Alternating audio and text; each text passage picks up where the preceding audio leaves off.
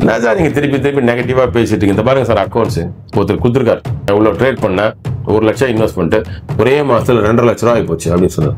Right, okay, right. வேற சூழல bed கட்டா நம்மளால ஜெயிக்க முடியுமா? அதெல்லாம் ஒண்ணும் கிடையாது சார், உங்களுக்கு அதை பத்தி ஒன்றும் தெரியாது.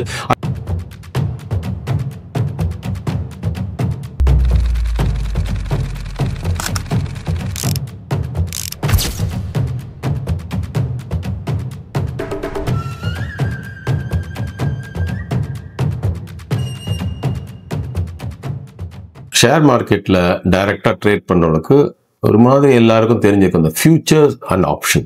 ஒரு 25 வருஷமா NSE-ல ஆகிக்கூட ஒரு சம்பவம். அது ஃபியூச்சர்ஸ் அண்ட் ஆப்ஷன்ஸ்னா வந்து யூகமான ஒரு ட்ரேட், அது பெட்டுன்னு வச்சுக்கோங்களேன். பெட்டு மாதிரி தான் அது. நாளைக்கு இப்படி நடக்கும், நாளைக்கு அப்படி நடக்கும் அப்படின்னு சொல்லிட்டு ஒரு சூழல், அது பெட்டு மாதிரி தான் பண்றது. என்ன பிரச்சனைனா, ஷேர் மார்க்கெட்ல பொறுத்த வரைக்கும் நாளைக்கு என்ன நடக்கும்ன்றது கடவுளுக்கு கூட தெரியாது. சின்ன ஒரு எக்ஸாம்பிள் சொல்லலாம். வியாழக்கிழமை நைட்டு, போன வியாழக்கிழமை நைட்டு 5 நாள் முன்னாடி 10th ஜூனா, இன்னைக்கு என்ன 15 10th ஜூனோ இல்லை 9th ஜூனோ, அந்த நைட்டு 10:30 நைட்டுக்கு ஒரு 100 பாயிண்ட் கிஃப்ட் நிஃப்டில பிளஸ் இருந்தது. அடுத்த நாள் காத்தால 7 மணிக்கு 300 பாயிண்ட் டவுன், ஒரு 6-7 மணி நேரத்துல. ஏன் அப்படின்னா, ஈரானுக்கும் இஸ்ரேலுக்கும் பிரச்சனை. இஸ்ரேல் அவனை பாம்பு போட்டான், இஸ்ரேல் அடுத்த காத்தால மார்க்கெட் டவுன். நம்ம கண்ட்ரோல் ஏதாவது இருக்கா? யாரோட கண்ட்ரோல் ஏதாவது இருக்கா? ஒண்ணும் கிடையாது. சோ இந்த மாதிரி சூழல் தான் ஷேர் மார்க்கெட் அப்படிங்கிறது. இந்த ஃபியூச்சர்ஸ் ஆப்ஷன்ஸ் எல்லாமே என்னன்னா ட்ரெண்ட், அதாவது ஷார்ட் டேர்ம்ல இது இப்படி மூவ் ஆகும்னு நீங்க பெட்டு கட்டுறீங்க, இல்ல அது கீழே வரும்னு பெட்டு கட்டுறீங்க, இல்ல மேல வரும்னு பெட்டு கட்டுறீங்க. அதுதான் பெட்டு மாதிரி தான் வச்சுக்கோங்களேன். ரொம்ப அதோட விரிவாக்கம் ரொம்ப ஜாஸ்தியா பண்ண கன்ஃபியூஷன் பெட்டுன்னு வச்சுக்கோங்க. வேற சூழல பெட்டு கட்டா நம்மளால ஜெயிக்க முடியுமா? அதெல்லாம் ஒன்றும் கிடையாது சார், உங்களுக்கு அதை பத்தி ஒன்றும் தெரியாது. அதுக்கு கேண்டல் ஸ்டிக் இருக்கு, இதுல இந்த இண்டிகேட்டர் இருக்கு, அந்த இண்டிகேட்டர் இருக்கு சார், அது சொல்லுங்க சார், இது இருக்கு சார், அது இருக்கு சார், விக்ஸ் இருக்கு சார், எல்லாம் சொல்லுவாங்க 1000 பேர். சார், நான் ஒரு வெப்சைட்ல ஒத்துக்கிட்டு நான் வந்து மெம்பரா இருக்கேன் சார், கரெக்டா சொல்லுவார் சார், இந்த லெவல்ல வாங்குங்க, இந்த லெவல்ல வித்துருங்க, இதெல்லாம் சொல்லுவாங்க சார். ஆனால் எழுதி வச்சுக்கோங்க, தற்காலிகமாக நீங்கள் ஜெயிக்கலாம், நிரந்தரமாக நீ ஜெயிக்கவே முடியாது. சார், என்ன சார் நீங்க திருப்பி திருப்பி நெகட்டிவா பேசிட்டு இருக்கீங்க? இந்த பாருங்க சார், அக்கௌண்ட்ஸ் ஒருத்தர் கொடுத்துருக்காரு, நான் இவ்வளவு ட்ரேட் பண்ண 1 லட்சம் இன்வெஸ்ட்மெண்ட் ஒரே மாசத்துல 2.5 லட்ச ரூபா ஆகி போச்சு அப்படின்னு சொன்னார்.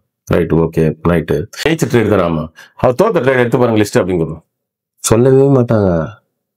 நான் 10 கால் நான் கொடுத்தேன், 10 கால்ல பாருங்க 10 சக்சஸ், ஒவ்வொன்றும் ஒரு லாட் சைஸ் இவ்வளோ, மொத்தம் பார்த்தீங்கன்னா 25,000 ஒரே வாரத்தில் லாபம் வந்திருக்கும் அப்படின்னா கரெக்ட். இந்த பக்கம் 50,000 ஒரு நஷ்டம் வந்திருக்கும், அதை பத்தி அவர் சொல்லவே மாட்டாங்க. அதுதான்.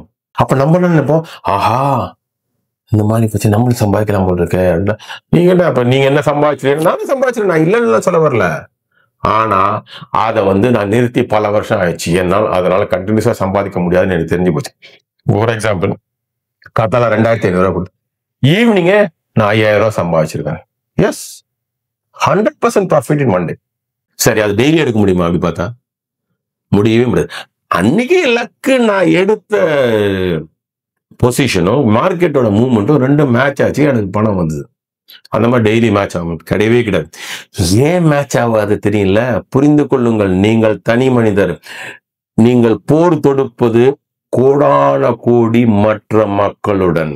அதாவது இன்னைக்கு இதோட விலை இப்படி ஏறுது இல்ல இறங்குது, இல்ல மார்க்கெட் மேல ஏறுது இறங்குதுன்னா அது கோடான கோடி ஆட்கள் ட்ரேடு செய்து அவர்கள் முடிவு செய்த எஃபெக்ட். நாம தனி மனுஷன்ல, அத்தனை கோடான கோடி ஆளுங்க முடிவு செய்யற ஒரு கான்செப்டோ ஆர் அதோட எஃபெக்ட் தான் விலை மேல ஏறுதோ இல்ல மேல இறங்குறதோ. அது கூட நம்ம ஃபைட் பண்ண முடியுமா? கஷ்டம் சார். அப்ப அதுக்குதான் சார் இண்டிகேட்டர், அதுக்குதான் சார் நான் இவருக்கு பணத்தை கொடுத்துருக்கேன். எல்லாம் கரெக்ட் தான் சார், நீங்க கொடுப்பீங்களா? உலகத்துல எல்லா இண்டிகேட்டரும் பர்ஃபெக்டா வந்து இதை மாதிரி இப்போ வாங்க அப்போ சொல்லவே முடியாது. அதனால நான் என்ன சொல்லுவேன், ரிஸ்க். சார் அப்ப என்ன சார் பண்ணலாம் ரிஸ்க்? ரைட், சரியான கேள்வி. தயவு செஞ்சு F&Oல ட்ரேட் பண்ணவே பண்ணாதீங்க. இது நான் சொல்லல, NSE சொல்லுது. 90% மக்கள் F&Oல ட்ரேட் பண்ணிட்டு அவர்களுக்கு நஷ்டம் தான் வந்திருக்கிறது. அப்படின்னு லாபம் வரவில்லை, வரவும் வராது, கஷ்டம். 10% தான் ஜெயிக்கிறாங்க. அது கூட ரொம்ப முக்கியம். அதனால F&Oல ட்ரேட் பண்ணாதீங்க. ஏன்னா நீங்க ஆப்ஷன்ல பணம் போறீங்க, அந்த பணம் அப்படியே ஃபுல்லா காலி ஆகிறதுக்கு சான்ஸ் இருக்கு. ஃபியூச்சர்ல மார்ஜின் கொடுத்து அழிஞ்சிருவீங்க, சான்ஸே கிடையாது. மார்க்கெட் நீங்க நினைச்சதுக்கெல்லாம் ஆப்போசிட் போச்சுன்னா மார்ஜின் கொடுத்து அழிஞ்சிருவீங்க, சான்ஸே கிடையாது.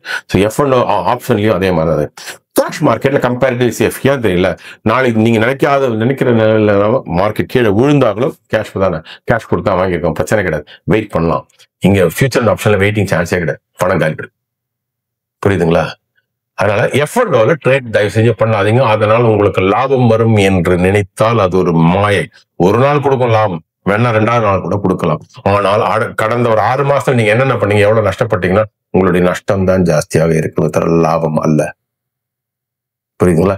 இந்த விஷயத்துல நீங்க என்ன பொறுத்த வரைக்கும் யாரையும் நம்பாதீங்க அப்படின்னு தான் நான் சொல்லுவேன். பிகாஸ் எந்த இண்டிகேட்டரும் கரெக்டா பர்ஃபெக்டா அந்த ஷார்ட் டேர்ம் எல்லாம் வந்து ஜட்ஜ் பண்ற அளவுக்கு கடவுளை அறக்கூட முடியாதுங்க. அப்ப நாமெல்லாம் சாதாரண மனுஷனு தான். இதுதான் ஓகேங்களா? இந்த விஷயத்துல உங்களுக்கு ஏதாவது கிளாரிபிகேஷன் வேணா நீங்க தயவு செஞ்சு கமெண்ட் கால்ஸ்ல கமெண்ட் கொடுங்க, நான் உங்களுக்கு கிளாரிஃபை பண்ணேன். ஓகேங்களா? நன்றி, வணக்கம், பாய்.